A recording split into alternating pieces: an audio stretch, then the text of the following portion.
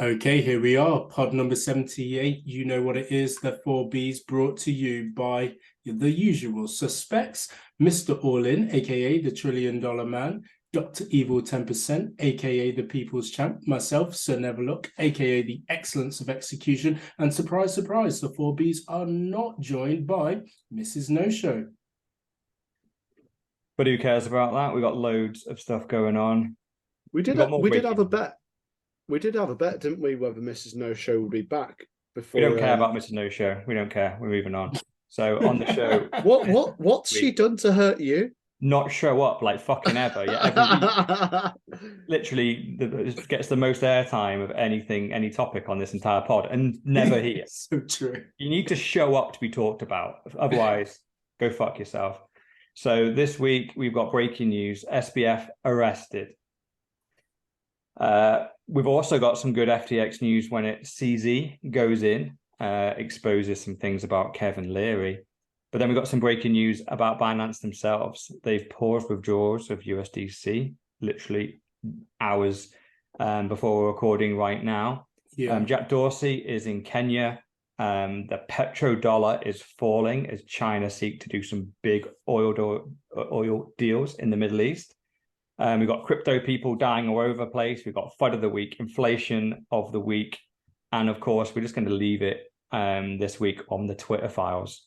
We've been a bit quiet on that. There's 5 Twitter files out right now. So just quickly, just give our overall view to end the show. So another packed agenda full of mainly shitcoin, but some Bitcoin stuff in the middle, but a lot of shitcoin stuff again. But without further ado, let's crack on then, right? So, we're quite fortunate for these drops to happen at the time of recording, I'd say. Yeah, well, SBF should be, right this minute, testifying in Congress about his fraud, the FTX fraud. But instead, breaking news, he's just been arrested, hasn't he? You mean it's not a mental error? I know. What a fuck up it was, right? They arrested him last night, 36 hours before he was about to testify in Congress. Just 6 hours. Make everyone whole again. But if it's a real world, he'd be in prison. He'd be eating prison food and penis. Yeah. Well, the rumor is right now that he is in prison. That is the rumor. He is in Barbados and he is in prison. And at the moment, they are working through the extradition process. And the latest is, and we linked some stories here from CNBC, which apparently the DOJ, the Department of Justice, would not have charged Sam unless they were very confident they could extradite him. So it seems that Barbados are cooperating, so that it doesn't look like they're going to block it. Of course, Sam could try and block it. I'm sure he's got plenty of money to put into his pocket to potentially block being extradited to America. But I guess it's happening. And then you suddenly go, right, okay, this is a big change from last week, isn't it? And the last couple of weeks, like nothing was really happening, and suddenly it happens. But then it comes to today, right? So he's meant to be in Congress, and Darnell, I didn't realize you shared the link because they're still talking about him. Because even though Sam didn't turn up, they went, well, let's just have the questions, and instead of Sam being there, we've got their stand-in CEO, haven't we? The Enron guy. Forgotten his name now. He's got the best name ever. John Ray. Is it John Ray? John Ray the Third. Yeah, something. Yeah, it definitely ends in Ray. Yeah, but he's answering the questions instead, isn't he? And obviously, it's nowhere near as interesting because he only knows snippets of information since he's got in and is doing the auditing. We all want to know what Sam was going to say. John J. Ray the Third. There it is, John J. Ray. What's the solid name? Solid. And I only listened to 5-10 minutes of that bit of Congress, and the main guy was going. He was used to be a prosecuting attorney, going, "Why would we arrest someone the day before he was about to testify exactly about the crimes that we're going to charge him with? It's not even, oh, we're going to get him to come to Congress for one thing, and he was getting charged with another. No, the two things were the same." And now he can't testify because he's in a prosecution. He's got his defense obviously will now plead the fifth and I don't want to talk. But he had agreed to come and talk for 6 hours about the FTX fraud and the fall down, and Congress could have asked him any question they wanted. He's under oath, has to criminal offense to not answer the question. Even if Sam navigates those 6 hours masterfully, you didn't lose anything. You didn't lose anything. But you can guarantee he slips up somewhere and admits something.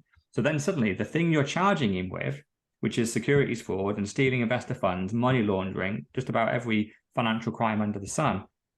Now, for the prosecution, well, they have 6 hours of content that he's under oath answering questions from Congress about it.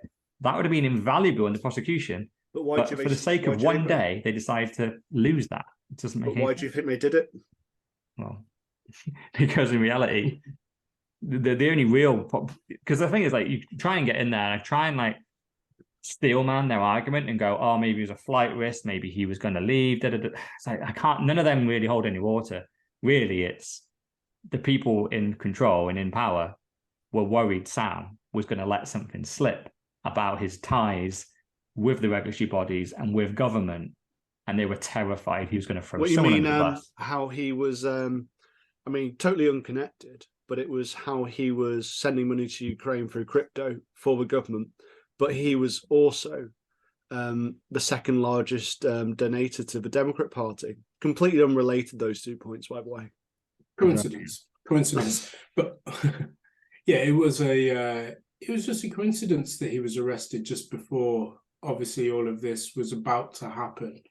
But what I think was really interesting is, have the Bahamian authorities sold him out? So they've taken the $1 billion that were transferred after the event, and also just before the filing of the Chapter 11 bankruptcy, taken that money and then said, well, now you can have him. No, they haven't got all that, it's a classic have they? move. I think that's just a misdirection by Sam. So the billion, I think it was siphoned off by Sam and his friends. And I think some money was kept for safekeeping, as in they didn't want it within the company and they wanted to make people whole. But I think the whole thing... 1,500 apparently, 1,500 Bahamians were had around about just over 24 hours to be made whole and withdraw their funds, according to the... Sam and his friends, they're siphoning money off, and he blamed the Bahamian authorities. Can you actually trust anything which he said? No. I think the Bahamian regulators and government, they definitely took some money. But the problem that Sam will always be in is that money talks. So great, he may have paid them 10, 20, 100 million. Who knows what he paid for them to not arrest him. But all the US government have to do is go, well, what do you want? And it's either a carrot or a stick. So they either go in, oh, you got paid 100 million by Sam. Well, I'll pay you 200 million to give him over. So it's just, that's the carrot. But America usually use the stick, which is there'll be some type of trade that will be done with the Bahamas. They could cut them off. They could cut off funding. They could go, you import oil, you import wheat, like whatever from us. We can just stop that or hand over that little shit. And they'll go, okay. Like he's your citizen. They probably don't even have to put the threat though.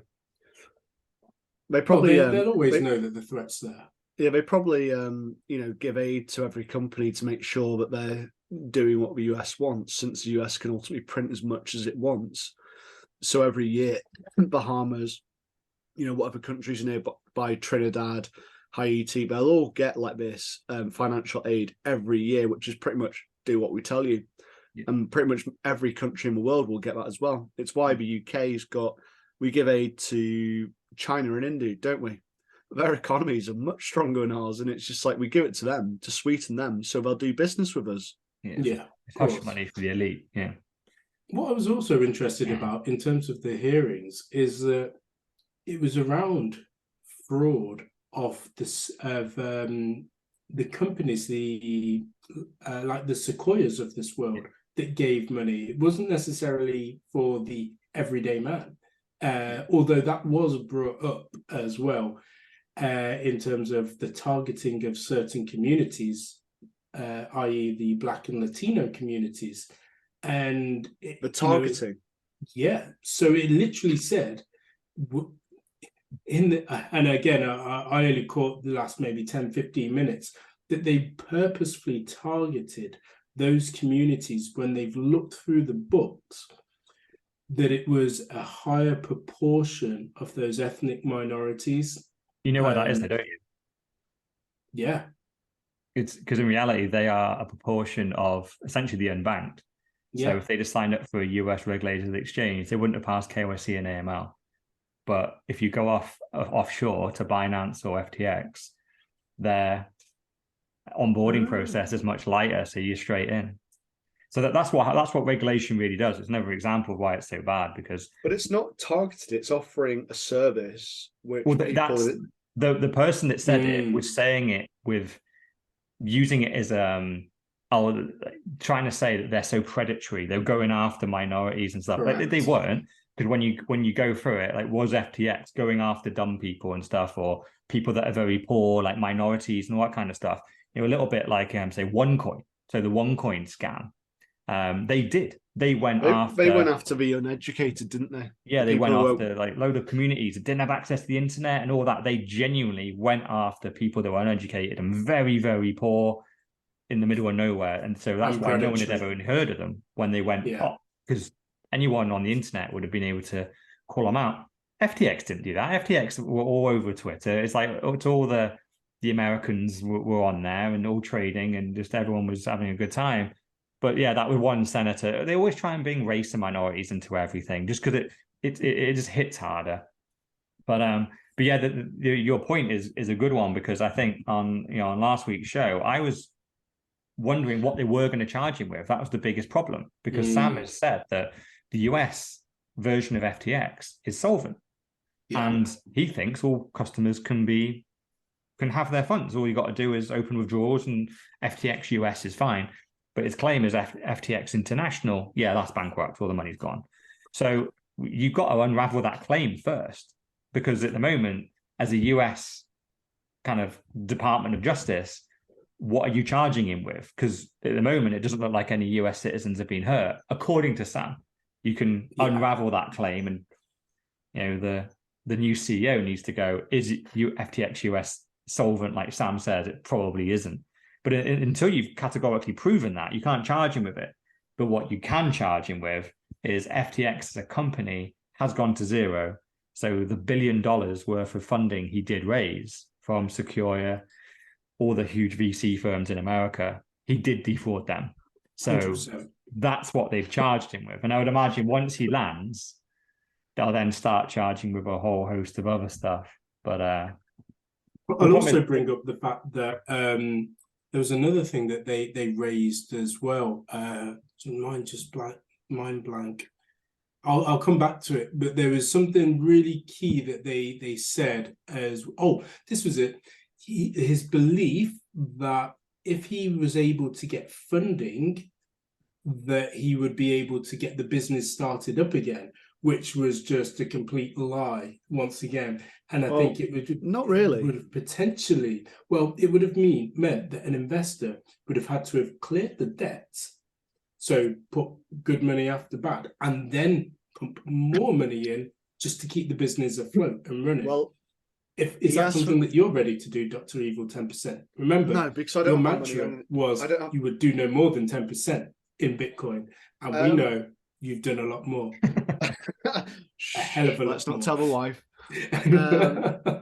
So talking about this one, we're talking, whether that investment would have cleared $4 billion. Yeah, it would have cleared it, because that's US FTX, which is the money or real money. And all he'd do is strike up the FTT token as well. So literally that would clear FTX. That's why it's solvent, because he's like, I got $4 billion, but it's pretty much the person who's paying $4 billion would be footing the whole of the debt of the stuff which he's gambled for Alameda. That's the point. Like, who's going to give him that money? Who's going to pay $4 billion? He claimed, everyone knows that's what he'd be doing. Yeah, he claimed, but it would have been an inquiry, and it would have been someone who I need to look through your books. So when we look through the books, it's like all this money. There's $1 billion loan to you. There's half a billion loan to your CTO. So that's 1.5. And you've also filtered out 8 to 10 billion to Alameda. who are literally gambling. I remember like seeing this video. It's this guy, and it's just, well, it's absolutely random as hell, but it's literally just, it's him. He drops some money on the floor and he's like playing craps or something like that, throwing dice everywhere. It's literally, that's what they're doing. They're literally gambling on startups, not really doing due diligence and throwing it through. But someone gave him 4 billion, it would have been solvent. Yeah, well, I don't know if John J. Ray was playing his cards close to his chest as well, because, or he literally just doesn't have any information and any evidence, because he didn't really give a lot of whole answers to some of the questions that he had. Equally, if that information was ever there as well, and it was just kept in the tight-knit circle. What did you think about that? Yeah, I think he's a pro. That's why he takes over these scams, and he knows just to go, I'm getting paid a ridiculous amount of money, but I'm not here to explain the whys and wherefores and what people were doing and all that kind of stuff. I'm just here to explain the situation and kind of get paid and get out. So when he was getting asked questions, like, yeah, it's like a big hypothetical, isn't it? Sam said he could raise the money and get this company solvent again. He just goes, well, I think that's a fantasy. In my experience, you'd have to raise such a huge amount of money just to get the company back to where it is today, which is destroyed. So who is going to give you an enormous amount of money, anything between 4 and 10 billion, just to break even, pay your debts, and then carry the business on? Like, how are you going to get that money back? And then obviously giving that to Sam, the guy that just did it before. And but his answer took about 10 seconds, didn't it? He just got in, got out. He's like, because he knows he's a pro. Like, you don't, talking in front of Congress, you don't extrapolate, you don't tell stories. It's like talking to the tax man. You ask a question, you answer the question as directly as you can, and you just stop. And then it goes silent, and you go, I'm happy in the silence. I don't give a fuck. Answer another question. I'm not filling it. I'm not expanding. But if he was being honest, and not trying to string things out as long as he can on his $1,500 per hour, which was a question that he was asked, by the way, in terms of reminding him that he was on oath, and that if he had any information that he could share with, obviously, the Congress and the wider public, that he would do so as well. Well, like Mr. Olin says, he's a pro. But kind of touching on another point, he used, was it Signal? So they threw Signal into the articles, and he used disappearing messages. So there's no trace as well. So there is that aspect that a lot of the decisions was done through Signal, so you can make the messages disappear. So scam, bankman, fraud knew exactly what he was doing. He did indeed. And that's a highlight reel there. Yeah, of course he did, yeah. So then, should we move on to the next story? So we've got CZ.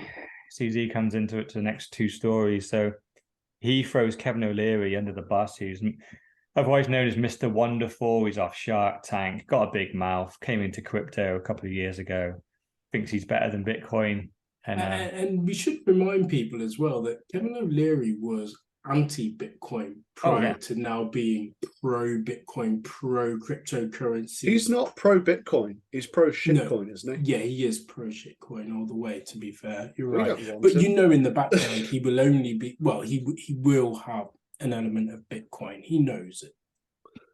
Yeah, this whole story basically CZ's just exposing him for, obviously, Kevin O'Leary is coming after Binance. So he doesn't like that. I think, again, CZ's been a bit triggered. You know, he got triggered against Sam when Sam said a few things about Binance in public, and he then destroyed his entire company and exposed the scam that he was running. And then Kevin O'Leary does the same. He's kind of going after Binance, saying it's unregulated, it's based in China, So he just reveals and shares an article that Kevin O'Leary admits that he got paid $15 million. Admittedly, a lot of it seems to be an FTT token, which is Sam's favorite currency. And he seems... What are you trying to say is, what's wrong with FTT? And I know. And Sam is a genius yet again, which I think he did give him the other 6 million in other coins, but he had to hold it on FTX. And so he's like, they were like locked up for a certain period of time. Like, you have to be a spokesperson for us for so long, and then you can start taking the coins off. So technically, Kevin O'Leary worked for Sam for the last year and a half or something for free, 100%. He thinks he got paid 50 million. He didn't see a fucking penny of it. No. If you dig into the numbers, he says he's paid 50 million to admit it on the YouTube video within the Twitter link. Yeah. But he says he lost money on it. He lost the money, but he lost 9.7, which is what he admits. So he lost plus 5 million. He got 5 million, which he has been paid. No, I think he got paid it in crypto though. That he had to hold on FTX. No. He says 9.7 he lost. Yeah. He actually did the figures and actually tripped himself up. He got 5 million for it, so he actually did make money. Right. It depends if he also invested in the company FTX, so you got shares in the company as well. Yeah, I don't know at what point he said all this, but he did basically say I lost money on crypto. But then he's just like, when you actually go, you mentioned your figures there, and you've actually got 5 million, which you it's a classic gambler, never isn't mentioned. it? Yeah, maybe Where he wants to be doesn't seen want as to a talk victim. about his losses. Classic gambler mentality of, oh no, you have some winners, you have some losers. Really, he knows in his heart of hearts what he lost. He just doesn't want to admit it to the public because it makes him look a fool. But then it's also a flip side, is he doesn't want to admit what he earned because he doesn't want to be attacked for this, which is, I think, is more likely. But he slipped up in the interview, so he made 5 million, and then it pretty much comes across that crypto has caused this, and the SBF is a good guy. That's pretty much what's in that interview. Yeah. Yeah, no, that's a good point because I think Kevin, he's a smart guy, right? So he's trying to do his branding, and he's doing what SBF has done, really, where he's like, oh, poor old me, I'm the victim too, Where in reality, probably if we really look through Kevin's finances, he probably made tens of millions indirectly off this FTX. Oh, he's probably getting in on the pumps, wasn't he? Yeah, I'm sure. And I'm sure that there's plenty of money going out the back. I'm sure there's some dodgy dealings. But going into what was said though about FTX, so he said that they used the investors' cash to buy his own company, as in FTX. So that's the first bit of money gone, which was paid out to Binance to get rid of their share, wasn't it? So that was really interesting. And he said, Binance exited 18 months ago. And then he did some figures. They've spent 5.5 billion on other companies. So this is your BlockFi. Who else was in there? Well, most of it were those tiny little startups that Sam owned anyway. Yeah. But it was to get the customer book to actually make sure there's some cash flow into his gambling habit. The BlockFi one and whatever one he did before, I think he tried to do Celsius, didn't he? But they're all really recent. Like, they're literally in the last couple of months when it all exploded. They were investing in startups 2 years ago, but they're all tiny little startups. That was Alameda, wasn't it? Yeah, Alameda was doing it, but they weren't trying to invest in proper startups. They look like they're all shell companies. They were owned by Sam, where there was no company. It's just there was just a white paper and a random bullshit. I've seen an image and it's got all these named companies. And it's literally like all the investments to all these companies, and they're all the shells, which mean nothing. Yeah, the only time he started investing in proper companies like a BlockFi or something was because he was just stealing the customer funds to try and keep up FTX. All the other seed investments seem to be him funneling off customer funds into shell companies that he owns. He doesn't care if the company does anything. I think he knows the company won't do anything, but he's using it to funnel in 10, 20, 30 million into each one, and then he just can pick up the check at the other end. And then he also pointed out that FTX spent around about 100 times marketing more than Binance, even though they're a lot smaller. So, he's been quite brutal in his takedown because he's just like, I think he's just been pissed off by SBF and we just want to put all this in the open. Then SBF came into the conversation and tweeted, and he misdirected it. So it's like 10 different points. So you got marketing companies which you bought, buying, using investors' cash to buy his own company. And then he starts talking about the buyout. So it's the only point which he goes for, which is like, I did what I thought was best for FTX. I had to use the cash. And it's just like, it's a complete and utter misdirection, which I would say people he have fallen talks for, about but what he wants to talk about, yeah, and the half truths. But I don't believe people fell for this. It was only the media which stuck with this when we thought it was they thought it's the line which I had to follow from the government. But it seems like the gloves are off now, because I think SBF said too much in the media. It must be, unless he's just an Epstein. Like, give him a bit of a slap, give him 2 years, everyone forget about him. Well, you can see in terms of the number of likes from SBF's tweet and retweets as well, that no one's really fussed at all about him. It's got 1,304 likes. For a guy, and obviously for a topic that is so widespread across Twitter, people can't even be bothered to hit that button. Yeah.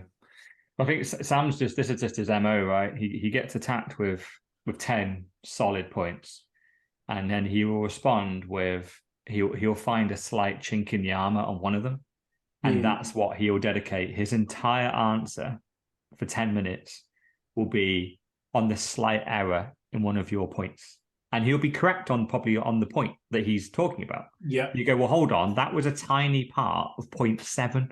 What about points 1 to 14? How about we just forget about 7 completely? I throw it in the bin.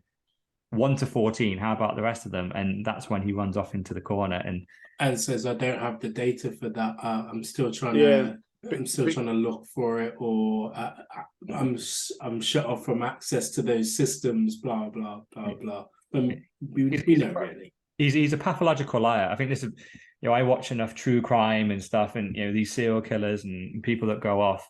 They're pros in between Pornhub and OnlyFans. Yeah, in just that 5 minutes a day in between. Yeah. Okay, cool. But so I was just finding the tweets, the kind of like bit where Sam responded, "You threatened to walk at the last minute if we didn't kick in an extra $75 million. Yeah. We did it anyway because you just made us feel more confident we didn't want Binance on our cap table. But again, none of this is necessary. You won. Why are you lying about this now? Among other things, as you know, you didn't even have a rights to put as an investor unless we chose to buy you out. Much of the token's equity was still locked." So it's the only point which he's gone for. Everything else is fraud. And he's like talking about the buyout, which is to Mr. Orlin's point. Then we've got CZ comes in. Sam, not that it matters now. You also can't force us to sell if we don't want to. Also, we have a veto right to block any further fundraising you were doing. Never used or mentioned it. It was never a competition or fight. No one won. Then the final bit, which is a complete fatality. Don't try to tell your friends to focus on us. Focus on yourself. You should have learned that by now. Mic drop. Yeah. CZ is clearly very pissed. And yeah, it's entertaining watching these are the two CEOs of what was the top number 1 and number 2 crypto / a little bit of Bitcoin exchange in the world. And this is like Bill Gates and Steve Jobs being on Twitter and just fucking going hell for leather back in the early 2000s. I'd have paid good money to see that. They must have been ripping each other's phones, each other's laptops, going, "You're shit, no, you're shit." I'd have loved to see this. And here they are. Unfortunately, we've got SBF, who's just a fucking...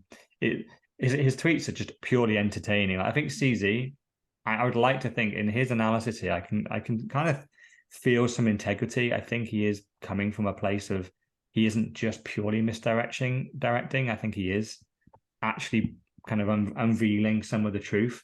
And then Sam comes in and all his replies are just entertainment. They're just lols. He's just clearly lying all the way through. But it does look like that CZ is being a little bit honest. What I will say as well, and back to your point, Mr. Orlin, is that Sam is deflecting the blame and obviously what's going on onto Binance as well, because as we heard at the end, I think the SEC is looking into Binance right now. It's also looking into Tether as well. And surprise, surprise, who do you think may have been the whistleblower on that? Yeah, and Terra Luna. That's what we learned, didn't we? Yeah. Yeah. That was interesting, actually. I mean, almost more breaking news than Correct. the fact Yeah. that Sam's being arrested. When they said, "Oh yeah, we know that Sam's been arrested," that's great. And there's also, but then yeah, one of the, I don't know who it was, the congressman was going after saying crypto's just, this is just one part of it. The whole thing is rotten to the core. Yes. That's why we're investigating Binance. We're investigating Tether. He said we're investigating the founder of Terra Luna. Yeah. He just went off. It just seems to be, oh shit, I'm not sure. Like maybe they didn't want that public because those guys now, if I'm the Terra Luna founder, I'm fucking off. Like, holy shit. Now the US are just giving me the heads up. I'm about to be Sam Bankman-Fried. So run. Yeah, they're coming with the machine gun and there's no prisoners whatsoever. Because I can guarantee the Terra Luna guy is not an insider. He's just a random guy that created a good following on Twitter and then pulled a great kind of scam. And I think it was, I think he just genuinely created something, got out of control and lost a lot of people a lot of money. Sam seems a lot more constructed, far too plugged in to the regulatory bodies, to the Democrats, all the funding coming from the biggest VC firms in America. He looks like he's one of the boys. So absolutely. Well, it will be political, of course, because Binance are obviously a Chinese-based company taking. Aren't they Canadian? Binance? No. No. I thought he was Canadian. Who's CZ? Yeah, am I getting mixed up with someone else? I think you are. Yeah. CZ is very much Chinese. Yeah. He understands English very well. Don't worry about that. Like, I know he is Canadian. What the fuck? Canadian Chinese. There we go. Breaking news. Breaking news. Nationality. To be fair, I've been to Canada. There are a lot of Chinese people in Canada as well. He's Chinese Canadian. I don't know his background, but I knew I'd read it somewhere. Yeah, Chinese Canadian. Yeah. So hold on. Out of interest, is he based in Vancouver? Oh no, he's based in China. Okay. Yeah, he was born in China, and then moved when he was 12 to Vancouver. There you go. But yeah, he's Chinese. He's Chinese who moved. That's who moved to Canada when he was 12. So that explains why he can speak English so well and da. But then he said his company was set up in China and da. So he's got dual nationality, but yeah, he's there we go. Sorted. Breaking news right there. So whilst we're still on that as well, breaking news 2.0, Binance pauses withdrawals of the USDC after $3 billion is withdrawn in the last day alone. So $3 billion. Are people wising up now? Yeah, well, who knows? We don't know who did it, right? So it's it's multiples, isn't it? But it's where's the news? Because it's not something which I'm familiar with, but I don't follow shitcoiners. So that's the thing with USDC. It's a weird one because it's a stable coin. So well, as stable as a US dollar. Yeah, it just deflates by 20% per year. Yeah, it's great. So you get 20% losses every year if you hodl it. But yeah, it's a weird one. So they've had to pause withdrawals on this coin. So who knows? The thing is that who's withdrawing 3 billion over the course of a day of a stable coin? Is it backed 1-to-1? Is that what USDC is? I'd have to. I'm like you. I don't really follow these things. I think it's Coinbase's coin. Again, not my area of expertise. I know it's Circle. Circle are the ones that own USDC.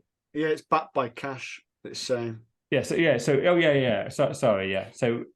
whether it is or not, they all say they're backed 1-to-1 with cash or with some kind of asset. It probably isn't. But it's Circle's coin, so yeah. So someone's trying to get. So I would guess if it's this, what Circle? It'd probably be Circle doing it. That's what I guess. They're and actually, God, yeah, it's all suddenly making sense. It just clicked in my head then. The fact that the DOJ are investigating Binance means there's a chance that withdrawals or you as a US citizen, you can't use their platform anymore. Circle probably got wind of it and gone, fuck, we've got billions. Because the thing is, what they do is they put these stable coins on these various exchanges to allow traders to go in and out of them. Circle have gone, well, fuck that. We've got $3 billion of our stablecoin stuck on Binance. They're about to get cut off from America. That's the bulk of our trading. Getting it off. But Binance have paused it, so they're a bit fucked. What this shows, haven't they? Yeah, well, they paused withdrawals on USDC. So what it probably shows is that Binance potentially don't even have the amount of CDCC as they said they do. Why would you pause withdrawals? Otherwise? Yeah, because ultimately what they've shown before when they tried to play the hand of, oh, look at us, look at our books, it was a moment in time, wasn't it? It wasn't ongoing. It's not transparent like the blockchain. And so, yes, at that moment in time, you may have been liquid, but now, a month on from the collapse of FTX, and everybody is actually trying to test what you've said, didn't really ring true. Because the beautiful thing is, about if you were to run an exchange, right, and even if it went really, really bad, you should never have to pause withdrawals. Because if you, let's just say you take in £1 million worth of customer funds, and it's in all various different coins, that money should be in one pot. And your pot that you run the business with is in a different pot. And if that goes to zero or into many negative pounds, it all goes pop. So the business has failed. But when the customers try and withdraw their various coins, they should be backed one-to-one. So you should just be able to withdraw it. So even if one person, let's just say you had £900,000 worth of Bitcoin, you were mainly a Bitcoin exchange, and one of your big holders came in and took off 500,000 of it. One guy took off 500,000. That doesn't affect any of the other smaller holders from taking their Bitcoin off because you still got it. You still got the Bitcoin. But what this shows here with Binance and USDC is they don't hold their customer funds one-to-one because one person has taken 3 billion off. And who knows how much USDC they say they have. I would guess it's probably nearer, I don't know, 4 or 5 billion, something like that. And it started a bit of a bank run and they've gone, holy shit. Like, normally we kind of sell some coins in between and then make up the difference. But they've just suddenly had all their USDC taken. They probably can't buy any because there's not a single place they can buy any from because no one wants to send it off to Binance.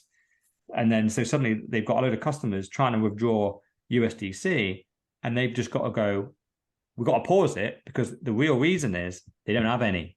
I don't think they're insolvent. I don't think Binance are bust. I just don't think they've got any USDC, which again just exposes the fact that even if they aren't insolvent, they're still not running their business properly. You should just have customer funds one-to-one. You should have each token. Then it's a knock on to like Bitcoin, Ethereum, anything else stored on that platform. Everyone will be going, why are you pausing withdrawals? I want this out now.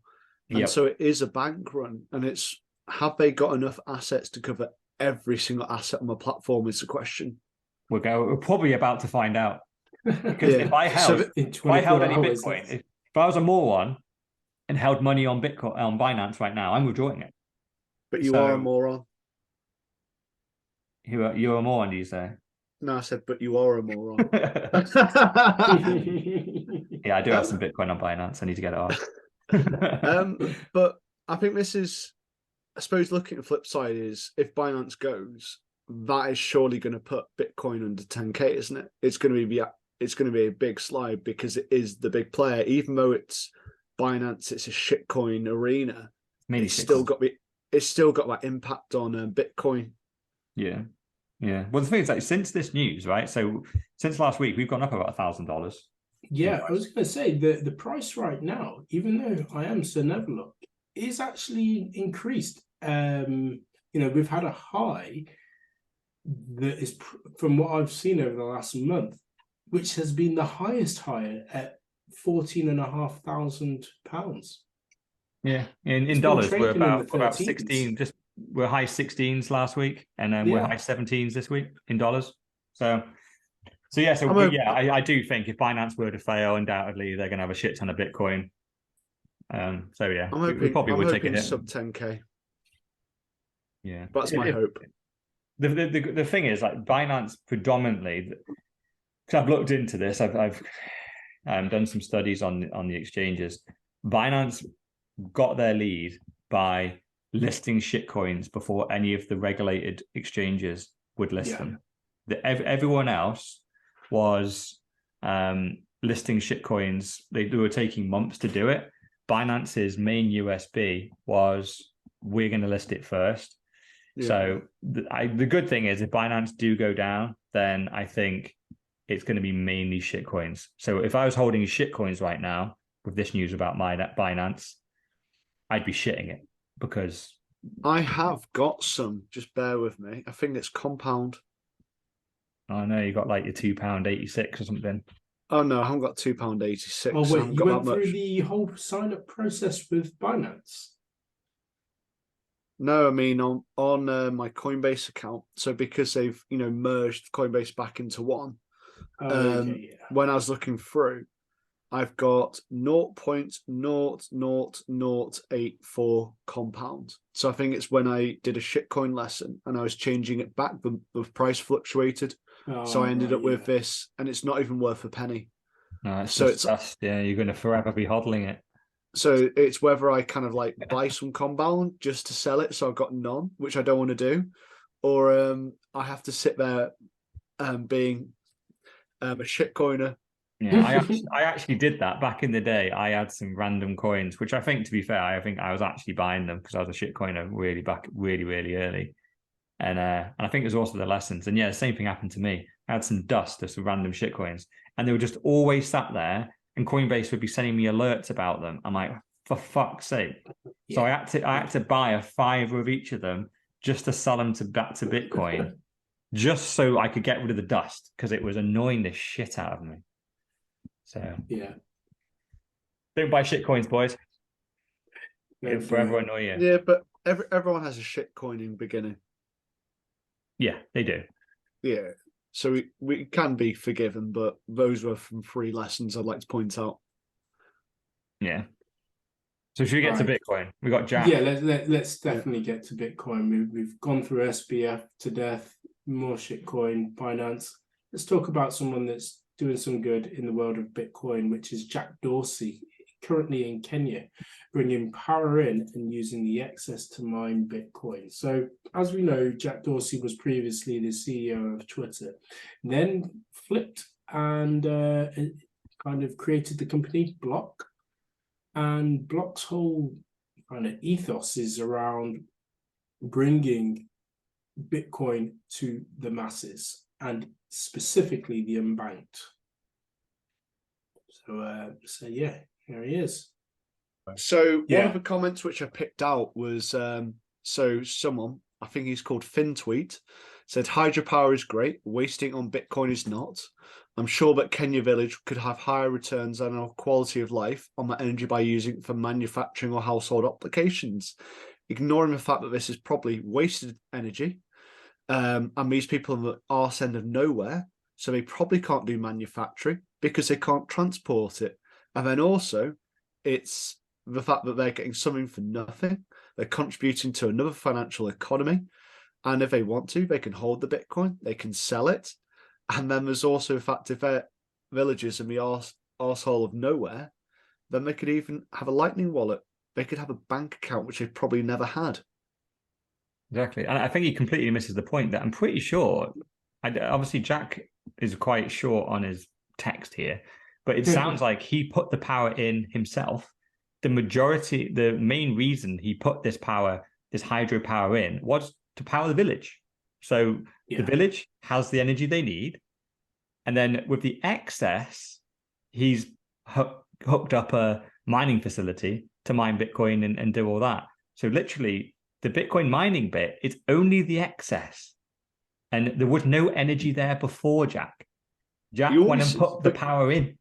But you always see this about excess and waste. So you talk about the gas flares from oil fields, and people are like, oh, mining Bitcoin, it's just like, it's excess, it's waste. People don't know it exists, do they? They don't know that excess energy exists. But it could go somewhere else. It's like, but it wasn't. It was waste. Yeah, they literally fire it off. They burn it off into the sky. But maybe they could have a factory which makes Matalan clothes. Well, the thing let's have some consumerism there instead. Because the tweet that I like that replies to the tweet you just read out, it's just giggy and it just says "lol." Yeah, that's what we should be saying to that, because ultimately it looks great, right? So Jack's he's obviously off and about. He's not CEO of any 2 companies anymore, like Twitter and Square. Actually, I think he still is CEO of Square, actually, and CEO of Block. But he's just going around the world now, just doing his humanitarian type work, but with a Bitcoin focus. Looks great. And if he's got empowered a Kenyan village and then plugged in some Bitcoin miners as well, then, you know, fair play. This is kind of the dream, right? He just reminds me of back in the day of the British Empire, and we used to carry around our Bibles and go, "Oh, you were hungry? Here's a Bible." And now we're kind of going around going, "Oh, in Kenya, oh, you're hungry? Here's a Bitcoin miner." But don't worry, this isn't as useless as the Bible, because this will mine you a magic internet money that you can exchange for food at some point. This is actually useful. You don't just have to read this Bible and then pray to God and then it'll rain some point. And then hope. Yeah. And no doubt Kenya's probably got problems with inflation. Just generalizing, but it's a guess. So, you know, it could actually be something to save these people. Yeah. It looks good. We need more of this. Next story is with regards to the petrodollar. So this is one from you, Mr. Orlin. China to use, is that right? Yeah, China to use Shanghai Exchange for one energy deals with Gulf nations. So for regular listeners and viewers of the show, we did a whole pod on the petrodollar. So we won't go back in time with regards to that, but it's effectively law, in inverted commas, for countries to trade in US dollars when they are doing anything with regards to petrol. So China are actually going against this and doing something different with regards to their petrodollar, using the yuan instead. Yeah, it's so bizarre, I think, that this is even a story. Because I think everyone knows that every country has its own fiat, right? So you would, for a normal layman like me, right, if I didn't know what I know, and a story was that China, who have one currency, want to buy some oil from Saudi Arabia, surely they would use one of the currencies that those 2 nations have, right? They would just go, I'm either using the Chinese currency or the Saudi currency, or maybe we'll exchange goods, but there'd be something between the 2 nations. No, because like you just said, because of the petrodollar, it's against the law for Saudi Arabia to sell their oil in anything other than US dollars. And guess what? That gives the US a huge advantage because they print those dollars out of thin air. So they get free energy, free imports of fucking everything, because they print the dollars out of nothing and then just buy up genuinely valuable resources and fucking use them or resell them again just to keep the scam going. For anyone who's made it this far, the dollar is not backed by gold, if you haven't realised, because this is a misconception. So it's something which it used to be. So I think it was in its purest state early 20th century, and then the end of the, well, I think for wars they always unpegged it so they could print more money and make 1971. And then I think it was 45 when, or was it slightly after, when the US said they'd look after the world's gold, and they spent said gold on all their infrastructure. Why did America get so great with from 1945 through to the 70s? And why could they afford so many wars? They were spending everyone's gold. Then 1971, they completely depegged from gold. So it's just something worth mentioning, because I think it's something which people don't realise because it is hidden from history. Yeah, no, it's a great point. Yeah. And so what this shows and what it is, this is big on the global scale, huge news, because Saudi Arabia as well, just going into that whole thing, one of the first countries, the first Middle Eastern countries to agree to the petrodollar. The others were getting bombed with freedom bombs from America. They needed to get freed from their dictator, i.e. they weren't accepting the petrodollar. Saudi were the first country to go, yeah, we will agree to it, but their sweetener was arms. They were sent lots of big tanks, bullets, all that kind of stuff. So that's the kind of deal there. They have US dollar, but also arms. So Saudi Arabia, hence, are one of the most armed Middle Eastern countries that exists. but they're going against this deal now. They're doing a Correct. deal with the number one competitor, America, and agreeing with China that, you know what, we will do a deal with you in Chinese Are yen. but they're part of BRICS, aren't they, Saudi? Yeah. So BRICS is Brazil, Russia, India, China, Saudi Arabia, and Argentina trying to get in, but who wants their broke arse in BRICS? And suddenly, so all the anti-Chinese news that we've been getting about protesters, Chinese are about to fall, that's the Western media trying to make China look weak, when in reality, this is what's going on. China have never been they are stronger. they're forming a coalition that is as big, if not bigger. It's a really good shout, because we talked about this earlier, and you said the protests, they're just too small. They don't make any sense. And I've always thought, well, maybe it's the start of the uprising, but put it on with this story, and it is a very, very good point. But you're saying, well, actually, those are little protests which could have been from any year, any time, and it could have been pre-2020 when those are happening. You just don't know. And they could have been published into media, but it does sound like China needs some democracy. Well, I think, in time, we will look back at this event, and it will be a key significant event as well, in terms of, when we talk about 1971 and coming off the gold standard. This will be a milestone of Saudi flip from the US to China. It breaks the US, doesn't it? If Saudi do, this is the big one. But what's the relationship like? Are they prepared to serve two masters or just serve one? Well, it's obvious that the US is falling. It is Rome. We always talk about it. It is ancient Rome, and no one seems to realize it's happened before. The mass inflation, the obsession with sexuality, the benefit state. It all happened in ancient Rome, and it's happening again. And everyone just go, oh, no, it's fine. It'll continue forever. It's like, but this monetary standard's only been going for 50 years. It always crashes every time. Yeah, well, yeah, this world leader has been going for 50 years, but fiat as an experiment's been going for about 500, which is about how long a monetary policy works for, until it gets corrupted, which is what's happening. Then the fiat was pegged to gold for a significant amount of time, and in 450 of those years it worked. So you kind of go Renaissance, you go late 19th century, it was all pegged to gold.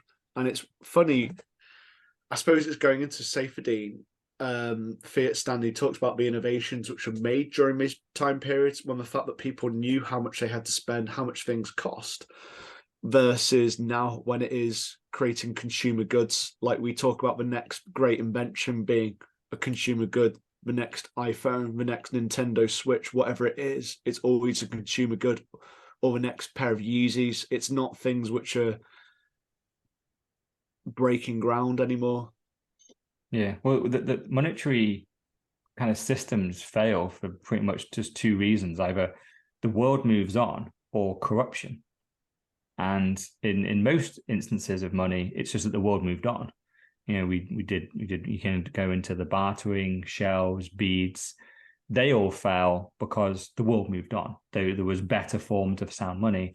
And then you get into gold, and it's the same story. Gold was a really good one. It worked globally, but the world just moved on. And suddenly we wanted to be able to send money like over large distances. It's large, it's clunky. You want to be able to spend small denominations of it. You need other forms of metal. So we moved to fiat. They're doing an IOU on gold. Let's not say perfect sense. It didn't move for the benefit, because you could still reconcile, because you kind of think fiat and gold in its previous state was, we would transfer fiat, we go, these are the IOUs, and the banks behind the scenes would move the gold around. So they go, oh yeah, your customer spent £1,000 of us, but your customer spent 2,000. Therefore, we transfer this much gold. You put it internationally, it's still not an issue. You just basically go to an international settlement bank in the UK versus the US, and it all kind of interchanges. So it's still not an issue. It's just that they didn't want to be on a gold standard because it constrains them. it's corruption. Yeah. So that one, fiat could have worked. Fiat, if run by the rules before we went off the gold standard, it would have been fine. It would have been absolutely fine if fiat was back 1-to-1 with gold. And just to kind of point around there, like BRICS are talking about using precious metal because they are seeing, like, I suppose, the emergence of crypto, Bitcoin particularly, and going it's a threat.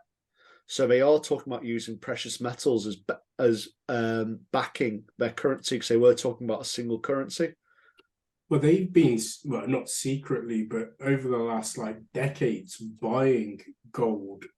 Oh yeah. So Russia and China, whereas obviously other countries have been letting it go. And this is why selling it. Argentina's broke ass is not getting in there. Correct. You've got to bring something to the table, and you know, maybe they'll be bringing a World Cup to the table with full time 3-0 against Croatia. But other than that, I don't think they've got much else to offer to the party. But we look at gold and any precious metals, you move to a standard, there's nothing to stop you moving off it.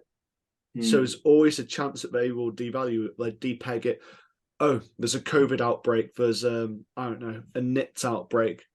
Depeg, we'll create all this money, bang, we can do our government spending, we can pilfer it as much as we want. So it's not secure. And this is, like, I love the thought of a gold standard, but then it is flawed. How much gold is there?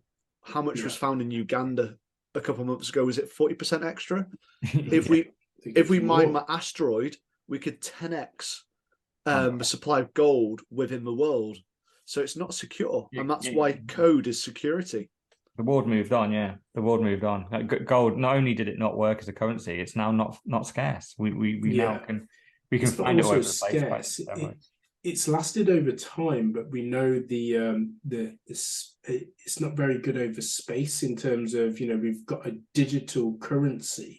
And so the shifting of gold from one country to another just doesn't make sense. It's like the Polaroid versus the iPhone, right? Yeah. Like a selfie on your iPhone. Like Polaroids were great.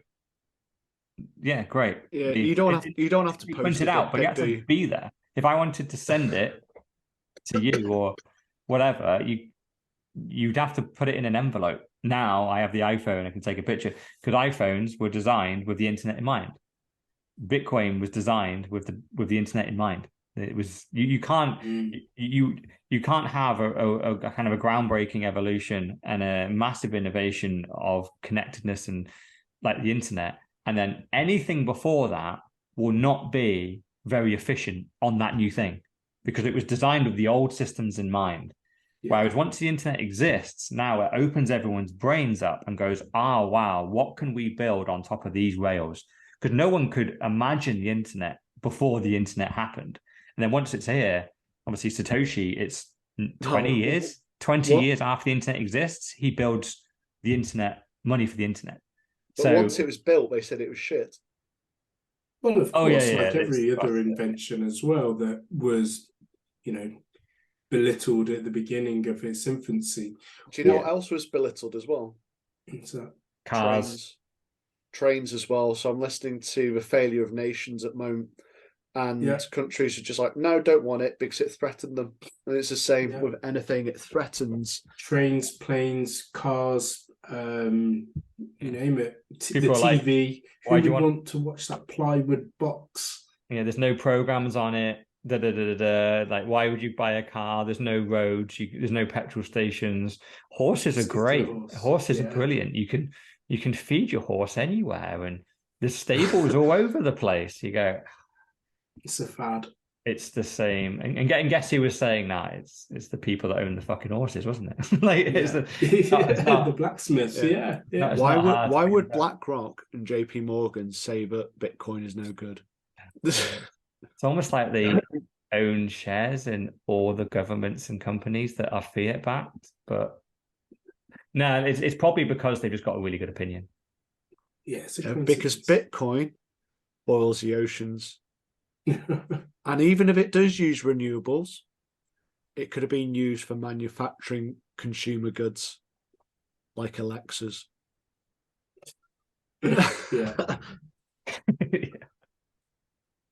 The world needs more Alexas.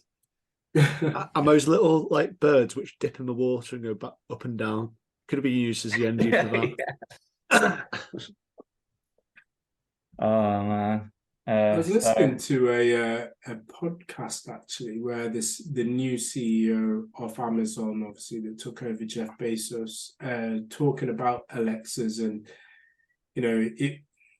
they haven't necessarily revolutionized the world as they were planned and intended to.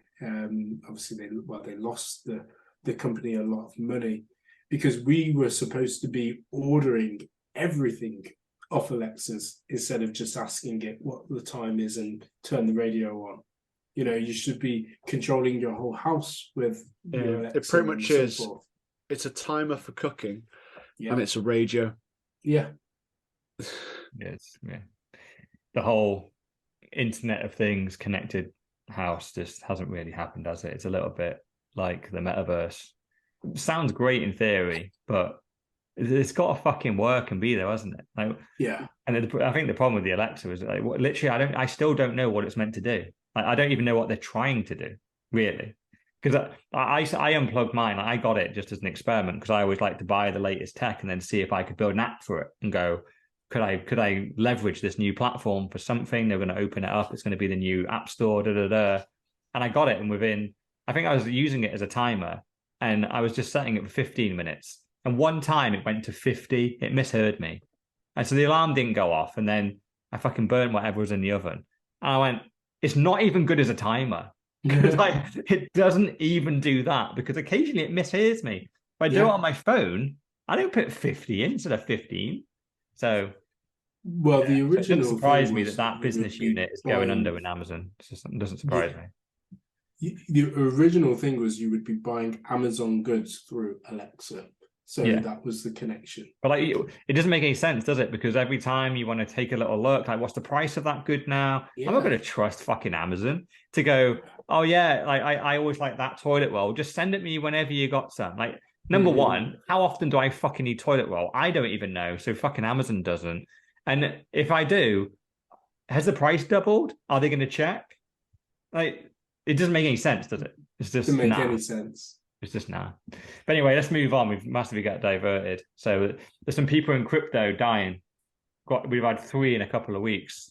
Yeah, well, actually, I wanted to update that article because there was another one. There was a 4th. So we'll talk about these 3, and then there was someone that I heard about. This guy was on the 22nd of November. So we'll start with him and then we'll come to the other 3. So Javier Biosca jumped from the 5th floor of a hotel in Estepona, Spain. And so he ended his career as an international broker. And this was because he was recently released on €1 million bail 3 weeks ago. Stood accused of running a fraud scheme, surprise, surprise, with over 750 investors swindling 750 investors out of cryptocurrencies worth nearly €500 million. So he is now no longer with us.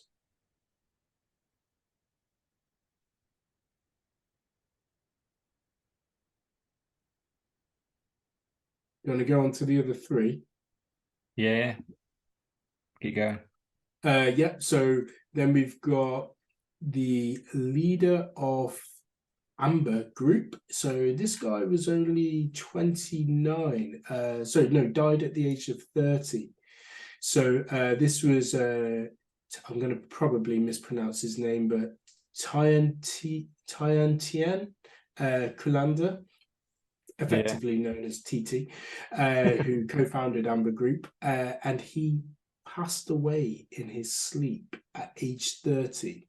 We don't have any further details around him, but what was really interesting is that in September, he laid off around 10% of the total workforce of Amber Group, and I understand that Amber Group had 10% of their funds in FTX as well. So he died on the 23rd of November, a day after Javier Biosca jumped from the 5th floor. of a hotel. Then we had the Russian crypto billionaire and the group chairman of Libertex, Vyacheslav Taran, died on November the 25th in a mysterious helicopter crash en route to Monaco.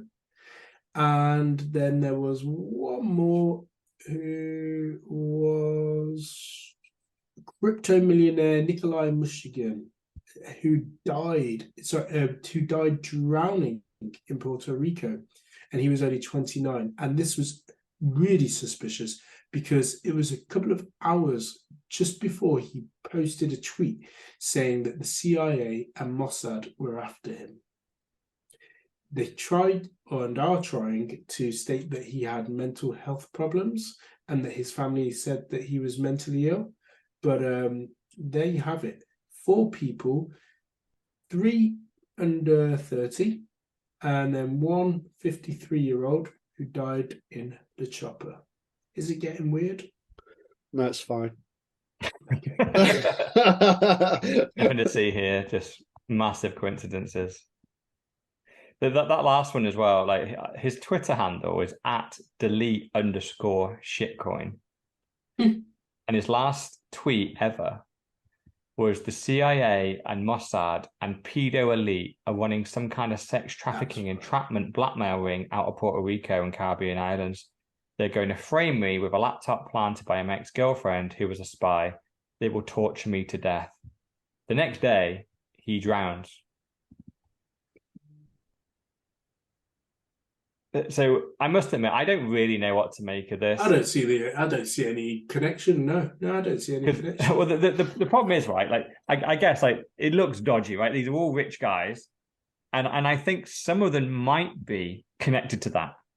So this is the elitist pedo ring. Who knows? They got wrapped up in it. They might have information. Don't know. But I think some of these guys are just corrupt shitcoiners. And one of them's a Russian billionaire guy as well. Did one die in his sleep, but he coincidentally had a bullet hole in the back of his head? That's the question is, I don't think any of these people died of natural causes, and I don't think any of the situations are legit. But it's kind of who killed them, right? Is it other scammers, like some form of government? That's probably the question. And I think a lot of people are leaning potentially towards government. And if it is, well, that's quite a story, because these guys have obviously stumbled across something. They know something. Why are they getting killed off? But like 3 of them have been from Puerto Rico, or at least were in Puerto Rico when they died. I mean, the Russian guy wasn't. But that's dodgy, because obviously I was there. And I know there's a big crypto scene in Puerto Rico. You know, I moved there thinking it was a Bitcoin scene, found out it was a crypto shitcoin scene. And I wouldn't be surprised if I've been in the same room with some of these guys, because they were all young 20-somethings, because it was about 5 years ago now. And they all looked like this. They were young Americans. They're just all going like, this is all Crypto who these bros. guys are. What's that? Crypto bros. Yeah. And they were sound enough, but they were just they'd made so much money so young, and they'd done it virtually by scamming. You know, I was talking to some guy that these older American dudes came over, and they had their own scam going, and they wanted one of the lads. White papers. Yep, one of the lads. They were going to pay him 20 grand to write a white paper. He went, "I'm going to copy and paste it from the last one and put their title on it." And I'm like, this is just out and out scamming, man. Like, I respect the hustle to a certain degree. But holy fuck, this is just like, no one is adding any value here. Everyone is just scamming. So, you know, I got out of there in the end and just went, nah, it's not for me. I wanted to build something legit. I wanted to build the Citadel and all that stuff, not shitcoin scamming.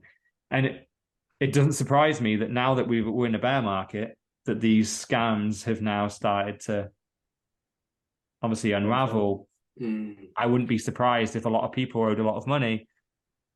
If you're the top guy and you're responsible for losing tens, if not hundreds of millions of some very influential person's money, you know, not everyone gets, because not everyone's as public as SBF and gets to go on podcasts and go, "Oh, I'm sorry, bruh." Normally, when you lose people's money, it's a bullet in the back of the head, or you go and get drowned at sea. And it looks like Or they don't maybe want to be as public either. You know, it's like, or they don't want to be as public either. SBF seemed to want all the smoke because he was the one that was proactively doing this media run. Yeah. Apparently, you know, as he said, his solicitors and lawyers were all saying, say nothing. And that is typically the case with lawyers. They would have you not talk to your mother. But SBF thought he was too clever. He thought that he could manipulate everyone. Way too clever, and obviously come off as the bumbling idiot and pretend that he can make everyone whole again, potentially to come for a part 2. You know, I don't think there's a part 2 whatsoever. What I do think is that we put him on suicide watch because whatever he's telling the authorities right now might be enough to, again, miraculously, he decides to commit suicide. No, I doubt it. He's a pathological liar. These guys will go down on the ship. If he committed suicide, it won't be suicide if he get killed off. But yeah, going back these 3 guys or 4 guys, who knows? I don't know. And the only thing that I think links them is the price of all their shitcoins went down by a huge amount the last 12 months. So I think in reality, because I think one guy obviously thinks he's uncovered some type of pedo ring, an elitist thing that's being run from Puerto Rico. And obviously 3 of them did die in Puerto Rico and they were rich. And who knows, maybe they were exposed to something very dodgy going on, some form of Epstein Island type of kind of bullshit. Who knows? Maybe that type of stuff is running in Puerto Rico somewhere. These 3 guys stumbled across it, managed to get into those circles. And it was the worst thing that ever happened to them because now they're dead. Because you can't get access to that type of information without being in the club. And they weren't in the club. So they've got killed off.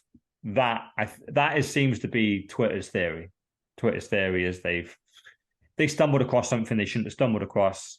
One of them even tweeted about it, and he was killed the next day. So who knows? Maybe Epstein Island is now Puerto Rico. Who knows? Possible.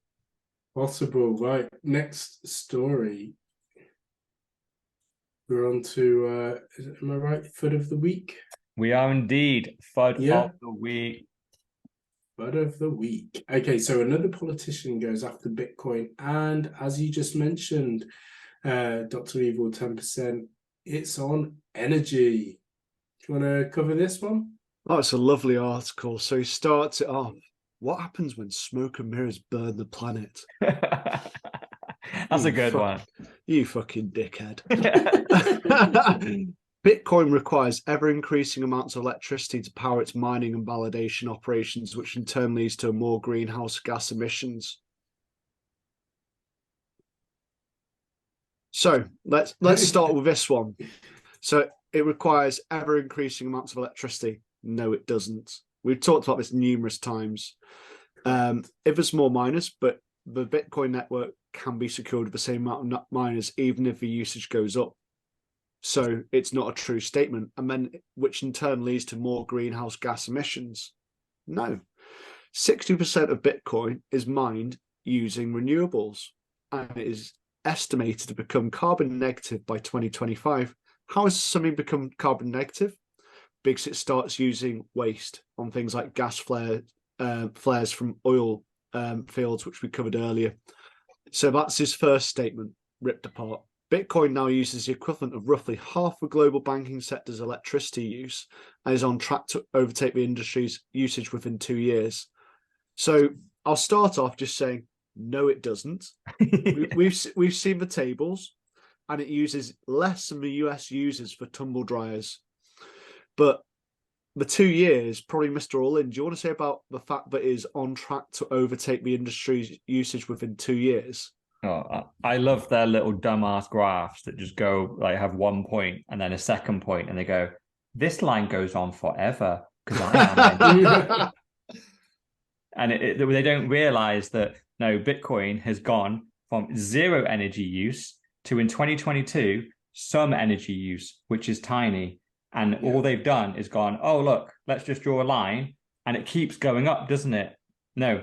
Essentially, the Bitcoin network needed a certain amount of energy to secure the network from double spends and to make sure that the scarcity was maintained in Bitcoin. We have that now. So we can. I think in 2015, the claim was by 2020, Bitcoin will consume all of the Earth's energy. Oh man, well, the last 2 years, we've had all these little graphs, haven't we? Like, oh, 1,000 people died yesterday, 2,000 people died today.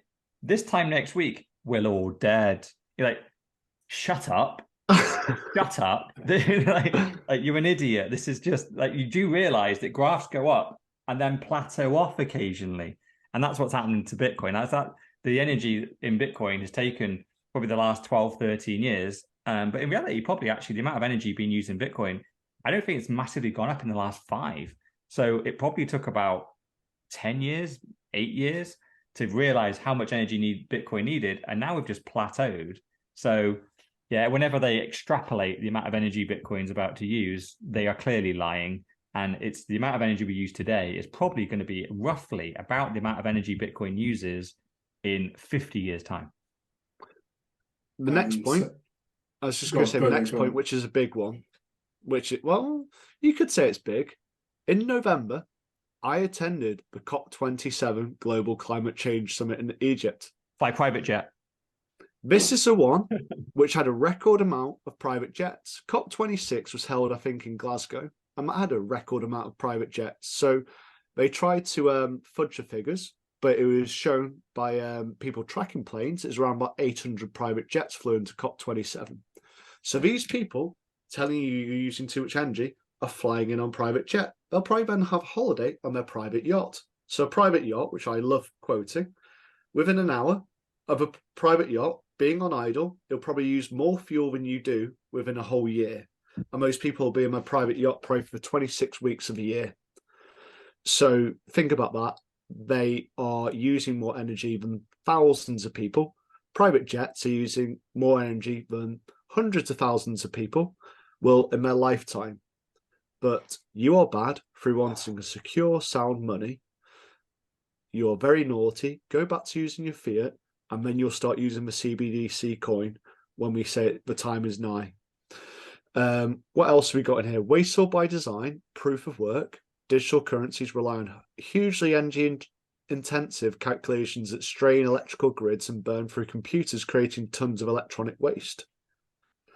So, I suppose, so never look. Do you think that proof of work is wasteful by design? Well, what are we measuring it against? Are we measuring it against the proof of work that goes into mining gold? Because there's energy wasted there because not all the time gold is found. Measuring it against oil because the same scenario happens there. Or are we measuring it against the amount of money that is spent in, I don't know, drug testing athletes? I suppose and only a 1% is actually found in court. So I suppose it's talking about the design. Is the design of proof of work a system which we should be expending energy in? Absolutely. And we should be expending energy in it because ultimately it's worth the energy spend when we're talking about Bitcoin, nothing else. Yeah, because it's creating this article. We're talking about Bitcoin only as well, doesn't it? It literally carves out Bitcoin. It's kind of quite. I think it knows that shitcoins, a lot of them don't have proof of work because that actually requires proof of work. You need to have miners. You need to have a network. You can't just have one shitcoin founder create a random token, shove it in an exchange, and have a load of idiots trading it. They actually are specifically going after Bitcoin here, and yeah, it's. I think. Yeah, go on. I was just going to say proof of work in particular, like it is creating a sound money. So it's something which is completely decentralized. Proof of stake is not, because proof of stake is around the size of your stake. So if you have a bigger stake, you win. Proof of work, everyone is a pleb. Everyone has an equal say. Therefore, it's why it's a fair currency. So I think it's a really important point to get to, and it's one where he just says it's wasteful by design, but it's not. Because at the moment, basically, Bitcoin uses 0.1% of the world's energy. If we've managed to reinvent sound money for 0.1% of the world's energy, even if that is 100% the dirtiest fucking energy you can use, what a deal! Yeah. That is Do you not want best deal. do you not want more wars? No. Do you not want more consumerism? I need some more vaccinations. More lockdown. I need less freedom. I So can the see final you changing your pronouns now. My pronouns are prosecute Fauci. I think we can say What- that for the last what one. I will say as well is, whilst we're on the foot of the week, so last week, the authors of the ECB foot of the week, Bitcoin's Last Stand, Ulrich Beinseil and Jürgen Schaff, connected with me on LinkedIn. So everything that I post about Bitcoin, they have inadvertently, happily, will be eating. I'm on So, DM them. yeah. DM them a link to the podcast with the exact time that we discussed their article. How shit it is. Yeah. But aren't you pretty much shadow banned on LinkedIn? So I think they probably won't even see the DM. Well, I can. Oh no, You I can't do shit all on LinkedIn. No, Yeah. So never look As long as Mr. All In does his editing skills with timestamps, I think that could be, yeah. How Dude, we find it yourself. Find it yourself. That's proof of work right there. It is right there. The final point on this is just, I think it's his end comment. The implosion of so many overhyped crypto scams is a cautionary tale for investors, consumers, and ponderous would-be regulators. We cannot take the same wait and see approach to when it comes to the climate and environmental impacts of crypto mining schemes like Bitcoin. So he's bringing in like the collapse of, was it Luna and whatever other shit coins, and basically saying it's the same as Bitcoin. It's not. It's decentralized, and they were not. And I'll leave my final point or rebuttal will be out. This is Bitcoin is inevitable. Yeah, it doesn't matter what they say exactly, which I completely agree. Like, it's the article isolates Bitcoin when it's convenient and goes, oh, look, it does mining, da da da da. Yeah, the amount of scams and massive crashes in Bitcoin. Oh, we're not going to be like, we don't talk about any of those really because they're not convenient, and all the good work that's been done in Bitcoin, we leave all that out. So with the crypto stuff, obviously it's all crashing right now. There's loads of scams. They're totally not related to Bitcoin. Oh, but we bring them back in. So this article has clearly been written with a very negative mindset. Yet again, it's not unbiased. It's very biased against Bitcoin. It's a shame that this guy, and it's very surface level as well. It's got no proof, no references, no citations. It's just surface level. Yeah, We've not come across one that has. This guy is a random politician from California. So yeah, again, like obviously all Californians seem to be super woke, anti-Bitcoin, this anti-freedom. They want their mashed up vegan soup and get in the pod. They seem to can't wait to get in there. But whereas last week, those guys, they were pretty heavy hitters in the top of the ECB. This is a random politician. So it's just another, like, who kind of cares? So, yeah, we've seen it a million times, these types of articles. But moving on, we've got Wall Street Silver has tweeted. And I didn't know. Oh, but sorry, before you do that, I would actually like to talk about his modus operandi in terms of why he's so anti-Bitcoin. Okay. Because the author, Jared Huffman, is the co-founder of something called Pro-Life Payments, which is a merchant processing company that matches clients' rates and gives back 15% of the profits to help end abortion. Really? How are you doing that? So yeah, there is an incentive in there for him So he wants to because take I'm sure. fiat processing fees and somehow end abortion with it. Right, okay. Right. Yeah, some sort. His skills are He's got a fiat banking job and he wants to protect his fiat banking world. Yeah. correct. Credit card Does he transaction use processing. does he use pronouns? The thing is, he's a Republican, so he probably doesn't. Doesn't use Because I was going to say he's pronouns. California, does he? Because I think, yeah, I don't think he's in power because the Democrats have power in California. So No. yeah. But yeah, Hey, let's move on. incentives We've matter, given right? him way too much shine. Yeah. So now we got another little story from Wall Street Silver here. So I think this is in relation to the government. So basically saying any transaction over $600, specifically on the kind of payment networks like Venmo, will essentially be audited and require KYC AML. So this is just a funny little tweet, really, where essentially transactions that were worth exactly 599 over the last couple of months, has been nearly zero of them, and then over over the last 12 months, the last year, there's been virtually zero. So between 50 and 100,000 transactions a month, and then suddenly, what is that? 8 million suddenly happened in this month once this regulations come in that if you do over $600, there's probably some form of additional check you need to do within Venmo. So all people are doing is splitting down their transactions to 599 and sending them anyway. So again, it's another just hat tip to fuck regulation. It doesn't work. It means nothing. And It's the people also find a way why. around it. Like they want to track every single transaction. It's like it's just the why, or is this basically a precursor that they Yes, if they put this in and they knew that if they put this in, people would start circumventing it. Therefore, we need a CBDC.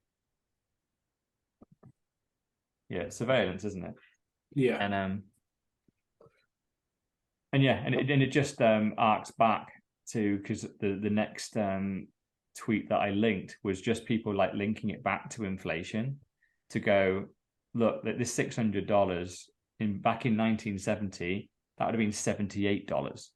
And even the more like commonly known limit for where KYC and what's actually where you need a banking license to be able to take 10K off someone, if it's in a business sense, is 10K. But that would, if you go back to 1970, that would have been 100K. So the regulation, even though they're largely a nonsense and they're only there for surveillance and to collect taxes, in 1970, these limits were really high. Well above the average person would not have hit them ever. Yet they have stayed the same over the last 50 years. So this 10K was put in years and years and years ago. It's still so people are earning a few grand a year then. Yeah, exactly. Yeah. And so it was basically, if you were moving a house worth of money, then the government wanted to know about it. Now 10K is becoming worth less and less and less, isn't it, by the day? That isn't a huge amount of money. The average person probably take 3-4 grand a year, whereas 10 grand doesn't even cover minimum wage now. Yeah. So thinking about it that way, but they're concentrating on like $600 because you're the plebs, they want to monitor what you're doing. Whereas you kind of think in a real world, maybe going, Nancy Pelosi, let's monitor her trading account and all the things which are going through Congress. Yeah, she's but instead, like £4 million trades on a single stock. You're like, oh, nothing to see here. Oh, but it's her husband. It's not her. It's not the fact that she's been involved in this regulation talk and she knows what's coming. Yeah, he just happens to have invested $4 million in Nvidia the day after Nancy signed off $50 billion of funding to Nvidia. The two things are not linked. You have to be a conspiracy theorist and a Nazi to link them. Nothing to see here. But you kind of think this is, like I said, it's for more surveillance. It's trying to capture all the tax. So it's basically like the government. Well, if we look at the debt clock, it's so badly broke. It's so badly overspending, but it needs more money. So it's trying to find those last few dollars from everyone. It's wringing them dry so they can get more tax, because if they wring everyone dry, maybe we'll get another £1 billion so they can spend that on some more awesome wars. And the government ultimately hates you. Yeah. All right. We are now onto The Twitter files. the Twitter files, right? And finally. Yeah. So these have been long awaited. They've been coming out since December 2nd. So I don't know. I think I'll just probably summarize them all really. I don't want to go through them one by one and spend ages, because it's just a bit of a final story and just roughly what we all think about it, I guess. Because Elon's obviously promised that he had a lot of inside scoop in Twitter. There was a lot of stuff happening on the internals of Twitter where people were being banned, shadow banned, certain narratives were being able to be told. And by and large, I think the majority of people, at least if your mind was even half open, we knew what was going on, right? If you were anti-lockdown or quizzical of the vaccine mandates, or you questioned January 6th or supported Trump, then chances are, if you were in any of those camps, you'd have probably been either shadow banned, or whatever. And I got banned off Twitter numerous times. I've been banned off all the other social networks completely. Just say this is probably down to you, not just Twitter. Yeah. Oh, well, in reality, what it isn't really. I think all this is Elon is exposed what they were all doing. So it wasn't just Twitter doing this. Facebook, Instagram, Snapchat, LinkedIn all have the same rules. Yeah. It's just that we don't have the internal documents on those, because what these documents expose is they had links directly to the US government. So not only are the internal employees very left-leaning and very supportive of the government narrative, which they were, but they also had experts, and they refer to these people as experts, and they were experts on lockdown, experts on vaccines, they were experts on Trump. And in reality, who these experts were, and they expose it in the emails, these were the Department of Justice, the CIA, and the FBI. And they were telling them which accounts to ban, to shadow ban. They were going, so that for one example, the Hunter Biden laptop, they got told this is Russian misinformation. You need to silence the entire story. And not only should you silence anyone that tweets about it, even in the DMs, if you have people sharing articles that contain the Hunter Biden laptop story, that DM should not arrive at the person they're sending it to. It was completely blacklisted from the platform. And obviously that's a great example, because it proved in the end, the FBI were in possession of Hunter Biden's laptop. They knew exactly what was on it, yet they denied that story and told the social media platforms to delete all record of it. They obviously got exposed because the person who was looking after that laptop and was crazily, Hunter took it in to be serviced because it had broken, because it probably had so much freaking porn on it. That guy was smart enough to not only give FBI the laptop, he took a copy first. And he knew they wouldn't do anything with it. So once they didn't do anything with it and they hid it, he just released it himself anyway. And that's what we all saw about 6 months ago. We saw the details of that Hunter Biden laptop. So that's a great example. Just as a recap about the Hunter Biden laptop, it was him basically being a crack addict and pounding his niece, wasn't it? Yeah, and numerous amounts of corruption and emails where he was talking between him and Daddy, who happens to be the US president right now, about a lot of Ukrainian corruption, about taking over their government, making it do what the US wanted to do, and putting in people into power that the US agreed with, and getting rid of Ukrainian independent type of people that wanted Ukraine to do well. It's like, nah, let's get US people in. So that was the main story. The main story really on the Hunter Biden laptop was the corruption he was involved with between the US and Ukraine. He was like, why was he there? Why did Hunter go and live in Ukraine for a number of years? It's very strange. Seems fine. So, in what I college, will say as well is that it's do you remember obviously when Andrew Tate was banned, and it goes back to the cohesion of everything that was going on, because he did a podcast, and he mentioned that when he was banned, he wasn't just like banned from like social media.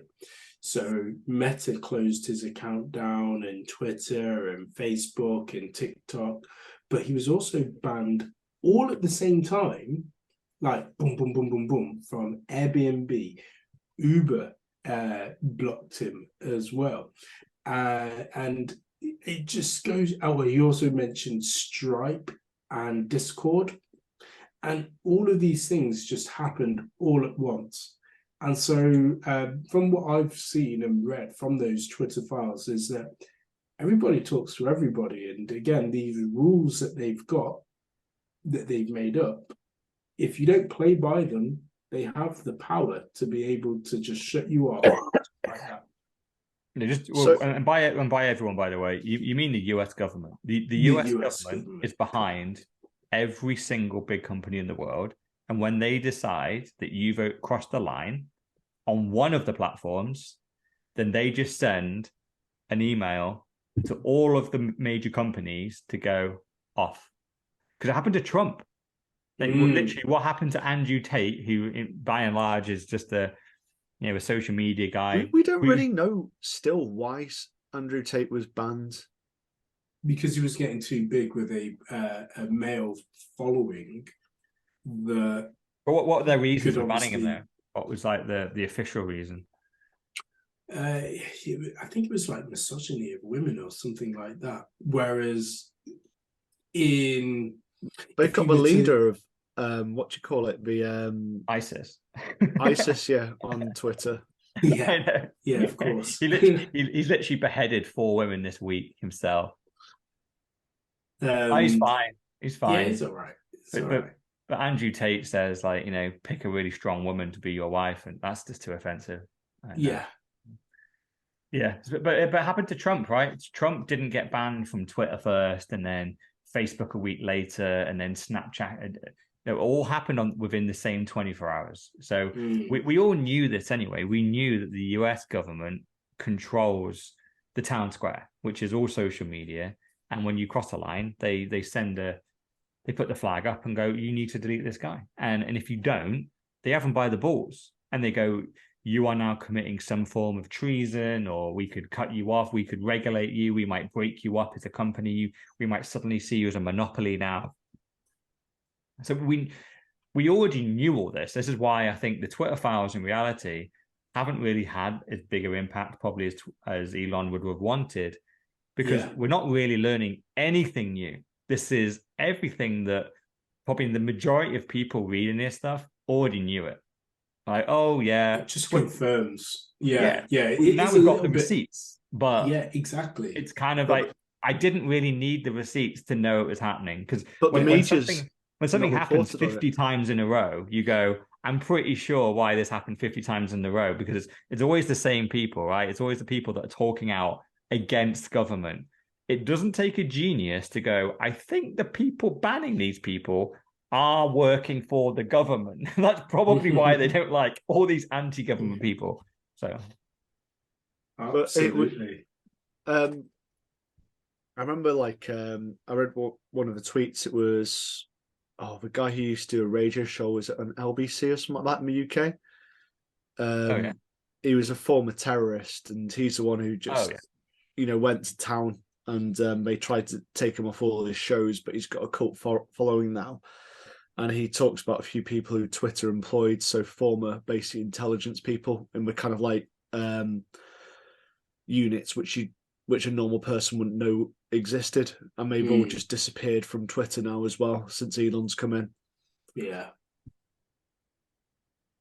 So it is interesting, but like you said, it hasn't had the impact, but it hasn't been reported in mainstream media. So your newspapers, your BBC News, or whatever else, it's just been ignored. Well, that's because Twitter's obviously a threat to them as well, because Twitter will expose the real factual news, because the general public will go to the the ends of the earth with in order to make sure that whatever they say is factual, because otherwise you just get called out on it. But I do kind get of away. I do wonder, like, obviously he's revealed about the Hunter Biden laptop, the secret ban lists, so the kind of like blacklists, deplatforming Trump and all the kind of stuff that, in fact, he didn't break any rules, so therefore he shouldn't be deplatformed, because his tweet was never to cause violence. His tweet was just to protest, which people seem to forget. And the fact it happened with the Democrats 4 years previous as well. But kind of going through all that, I suppose the flip side is that whilst Elon has exposed all this, I kind of do worry about what his end game is, that this may not be as transparent and as great as we think. Then also the fact that he is banning people who just annoy him. It isn't so straightforward, and I think you'd be a fool to actually trust Elon. Yeah, no, I agree. Because I think you're talking about Alex Jones, right? I don't know who he's banned, but he's banned a few people who've annoyed him. I mean, kind of been, he seems a bit more right wing now, whereas he was previously left, and he started going for people who represent the left. Yeah, well, the statement that made me very skeptical of Elon was when people were saying, "Okay, unban Alex Jones, he should be back." He went, "Oh, I've got a daughter, and or young kids, and what he did with Sandy Hook, that's unforgivable." And it's like, you just go, hold on. He's apologized for that. He's paying his price. Just because you have kids, and supposedly he did a lie about kids that got done in a school shooting. Hold on, that's now you not doing free speech now. That's you going, I have a line. I don't agree with this, therefore it's out. And you go, right, that's not free speech. That is now censored speech.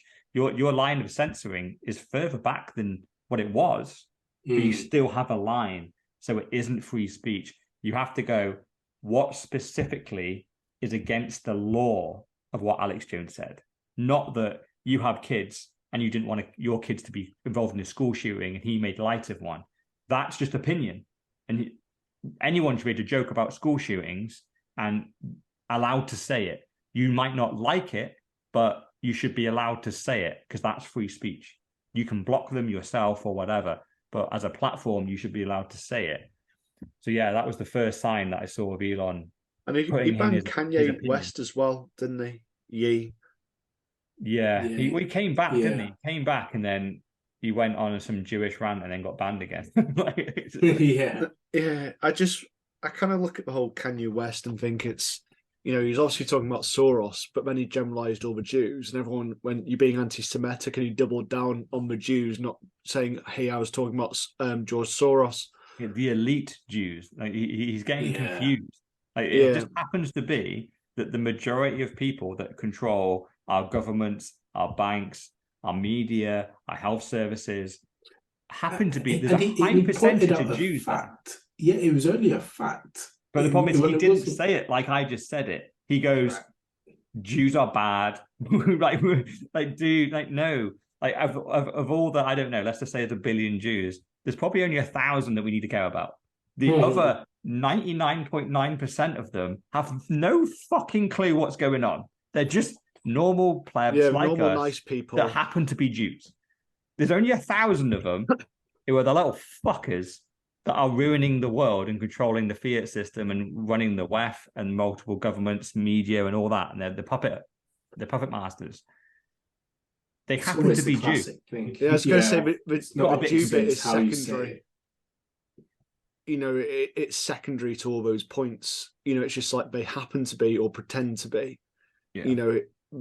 It's just like, I think he's just become too fixated on the word Jew, whereas in fact it's, it's not the key factor here. It's a fact that they are horrible people, and they're trying to control the masses, and they want serfdom, and they want an easier way to do it. And he's right for calling it out, but I just wish he hadn't gone on a big rant about Jews.